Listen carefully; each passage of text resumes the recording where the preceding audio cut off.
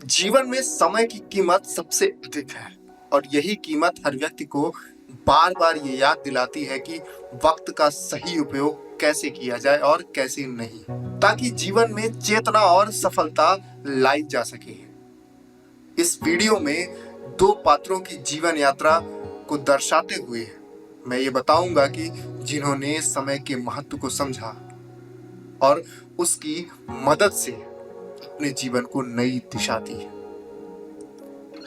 मैं इन दो कहानियों के माध्यम से ये बताऊंगा कि अगर आपने समय को जीत लिया तो इस दुनिया में आपको फिर कोई भी नहीं हरा सकता है। तो पहली कहानी है अर्जुन की। अर्जुन एक 24 वर्षीय युवक है जो कि हैदराबाद में रहता है। वो स्वभाव से बुद्धिमान है, लेकिन जीवन में कोई ठोस दिशा नहीं थी। वो सुबह रोज सोता, मोबाइल में घंटों रील देखता, गेम खेलता और हमेशा कहता कि कल से शुरू करूंगा। परिवार का समर्थन था, लेकिन वो अपने समय को यूं ही गंवा रहा था। एक दिन उसकी मुलाकात एक व्यक्ति से हुई जिन्होंने उससे पूछा कि क्या तुमने कभी सोचा है कि जीवन में समय की सबसे अधिक कीमत क्यों है? तो अर्जुन चुप रहा। तो उस व्यक्ति ने मुस्कुराते हुए कहा कि पानी की एक एक बूंद धीरे धीरे पत्थर को भी काट सकती है।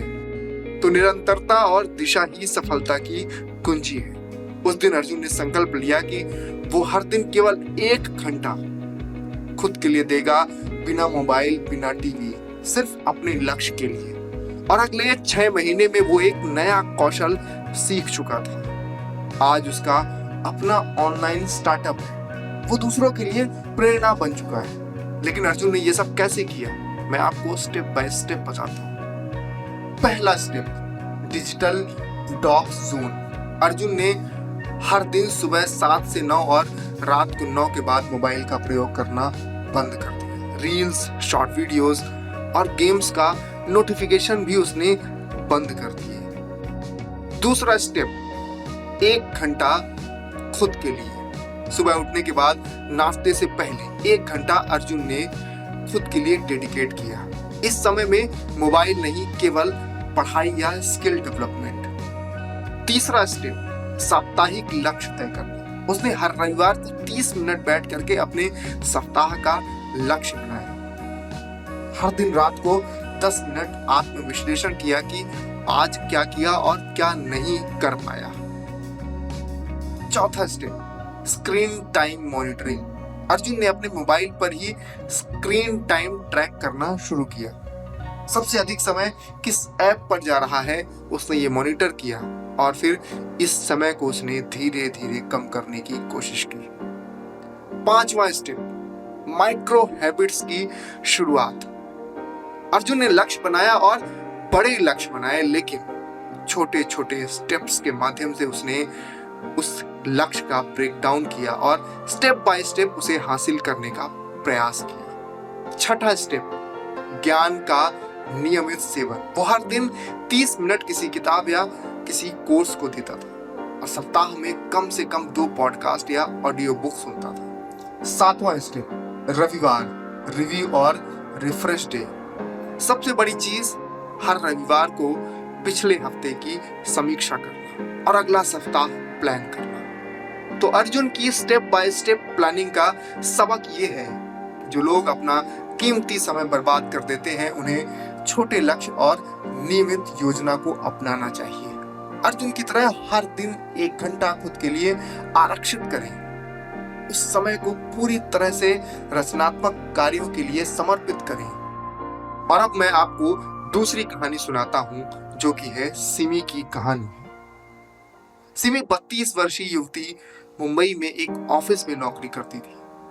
अच्छा दिमाग और लेखन की कला के बावजूद उसने अपने जीवन की अन्य मुख्य धारा को कभी आकार ही नहीं दिया। लेकिन समय की कमी और जिम्मेदारियों के चलते उसके पास अपने लक्ष्यों को पूरा करने का समय नहीं था। लेकिन जब नौकरी के करीब 10 साल यूं ही बीत गए तो सिमी को लगने लगा कि अब तो उसकी जिंदगी सैलरी और सपनों के बीच अटक के रह गई है। लेकिन नौकरी तो वो छोड़ नहीं सकती। तो सिमी ने कुछ ऐसा सोचा कि जिन समयों को वो अवॉइड नहीं कर सकती है, उनको उसने अपने डेड टाइम में बदलना शुरू किया और उसी डेड टाइम को उसने प्रोडक्टिव टाइम बना दिया। तो मैं आपको बताता हूं कि सिमी ने अपनी क्या योजनाएं बनाई। पहला है ट्रेवल टाइम का उपयोग। ऑफिस जाते समय में लिखना। सिमी घर से ऑफिस जाते समय हर दिन लगभग लोकल ट्रेन से 2 घंटे ट्रेवल करती थी और इस समय में या तो वो मोबाइल में कुछ देखती थी या फिर लोगों से बात करती थी। लेकिन अब सिमी ने यह डिसाइड किया कि वो इस समय में लिखना शुरू करेगी, अपने थॉट्स का नोट्स बनाएगी और अगले दिन से सिमी ने यही किया। दूसरा स्टेप, दिमाग को एक्टिव रखना।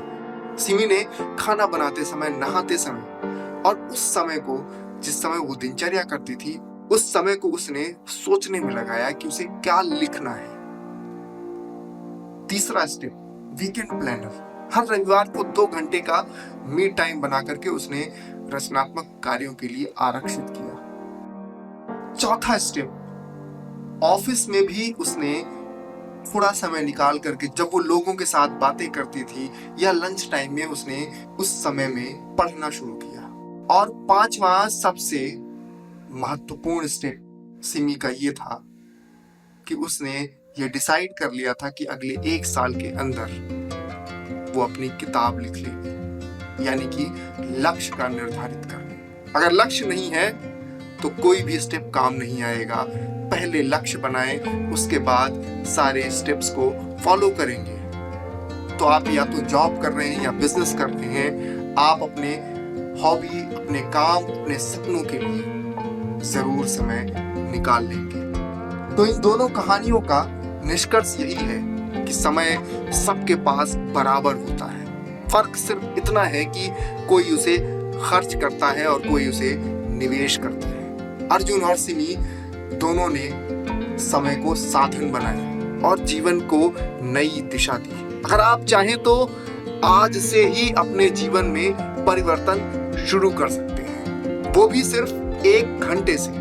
आप अपने दिन का 1 घंटा खुद को देना शुरू करें, आपके जीवन में परिवर्तन जरूर आएगा। चलता हूँ, धन्यवाद। अगर ये वीडियो आपको अच्छा लगा हो तो हमारे चैनल को सब्सक्राइब कर लें और ये वीडियो उन दोस्तों तक जरूर पहुंचाएं जो अपना समय व्यर्थ कर रहे हैं।